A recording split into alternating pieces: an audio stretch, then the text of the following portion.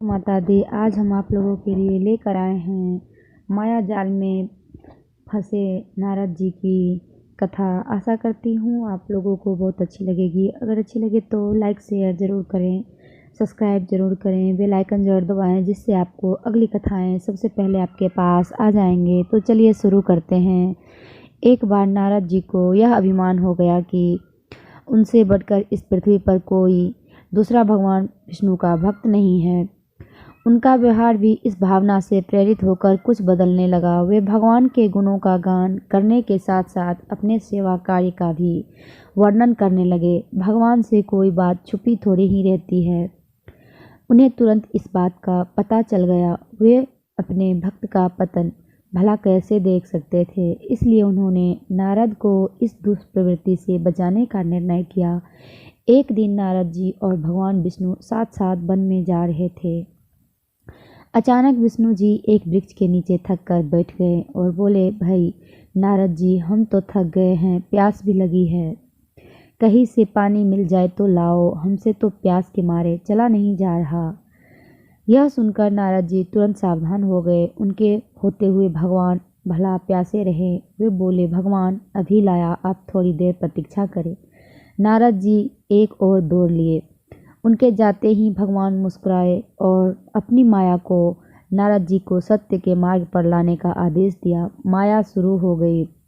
नारद जी थोड़े ही दूर गए होंगे कि उन्हें एक गांव दिखाई पड़ा, जिसके बाहर कुएं पर कुछ युवा स्त्रियां पानी भर रही थी।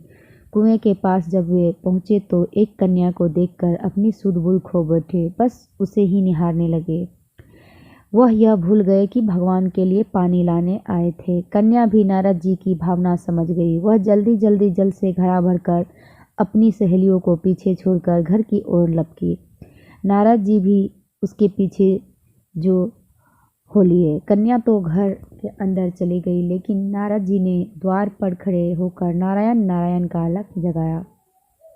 गृह स्वामी नारायण का नाम सुनकर बाहर आया। उसने नारद जी को तुरंत पहचान लिया। अत्यंत विनम्रता और आदर के साथ वह नारद जी को घर के अंदर ले गया और उनके हाथ पैर धोकर स्वच्छ आसन पर बिठाया तथा उनकी सेवा सत्कार में कोई कमी न छोड़ी। उनके आगमन से अपने को धन्य बताते हुए गृह स्वामी ने अपने योग सेवा के लिए आग्रह किया। नारद जी बोले, आपके घर में जो आपकी कन्या जल का घड़ा लेकर अभी अभी आई है, मैं उससे विवाह करना चाहता हूँ। नारद जी की बात सुनकर गृह स्वामी एकदम चकित रह गया, लेकिन उसे प्रसन्नता भी हुई कि मेरी कन्या एक ऐसी महान योगी तथा संत के पास जाएगी। उसने स्वीकृति प्रदान कर दी और नारद जी को अपने ही घर में रख लिया। 2-4 दिन पश्चात शुभ मुहूर्त में उसने अपनी कन्या का विवाह नारद जी के साथ कर दिया तथा उन्हें गांव में ही उतनी धरती का टुकड़ा दे दिया। खेती करके वे आराम से अपना और अपने परिवार का पेट भर सके।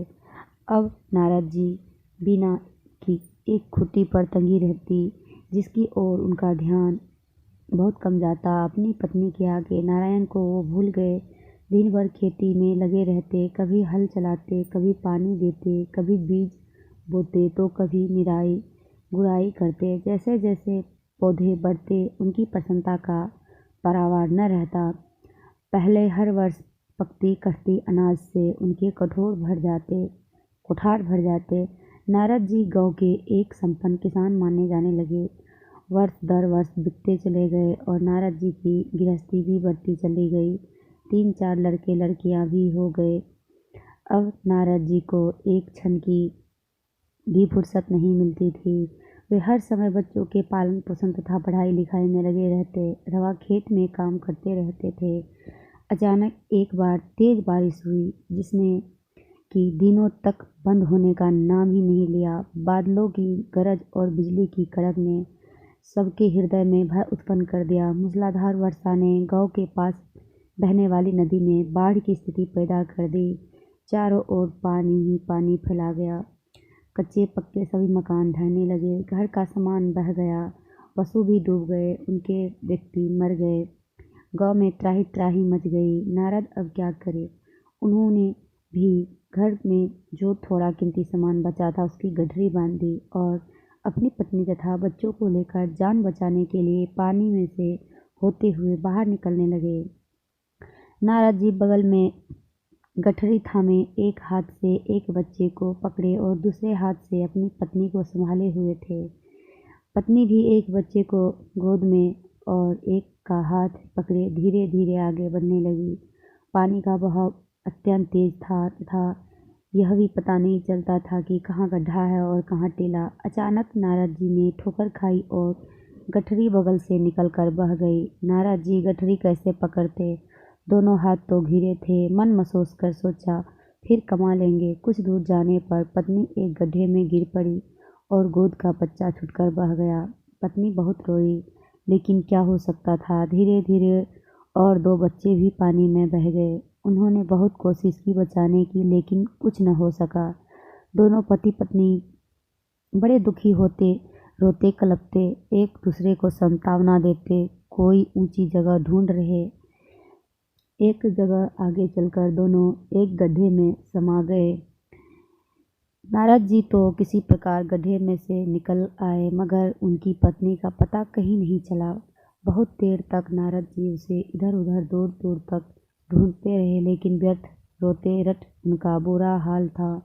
हृदय पत्नी और बच्चों को याद कर करके फटा जा रहा था। उनकी तो सारी गृहस्थी उजड़ गई थी। बेचारे क्या करे, किसे को से अपने भाग्य को या भगवान को। भगवान का ध्यान आते ही नारद जी के मस्तिष्क में प्रकाश फैल गया और पुरानी सारी बातें याद आ गई।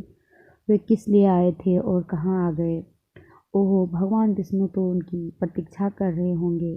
वे तो उनके लिए जल लेने आए थे और यहाँ गृहस्थी बसाकर बैठ गए।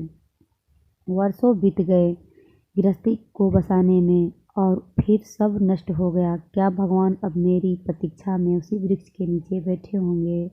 यह सोचते ही बाढ़ नदारद हो गई।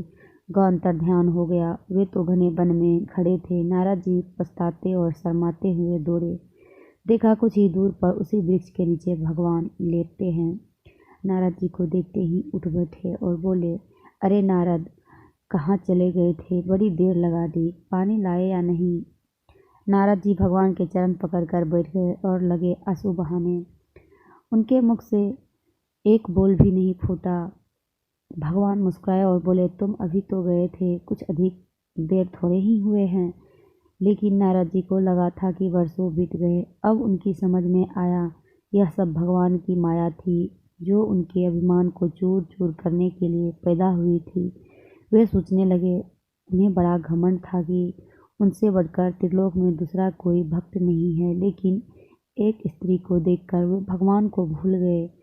उसको पछतावा होने लगा और उनका घमंड जरा ही देर में ढेर हो गया। वे पुनः सरलता और विनय के साथ भगवान के गुण गाने लगे।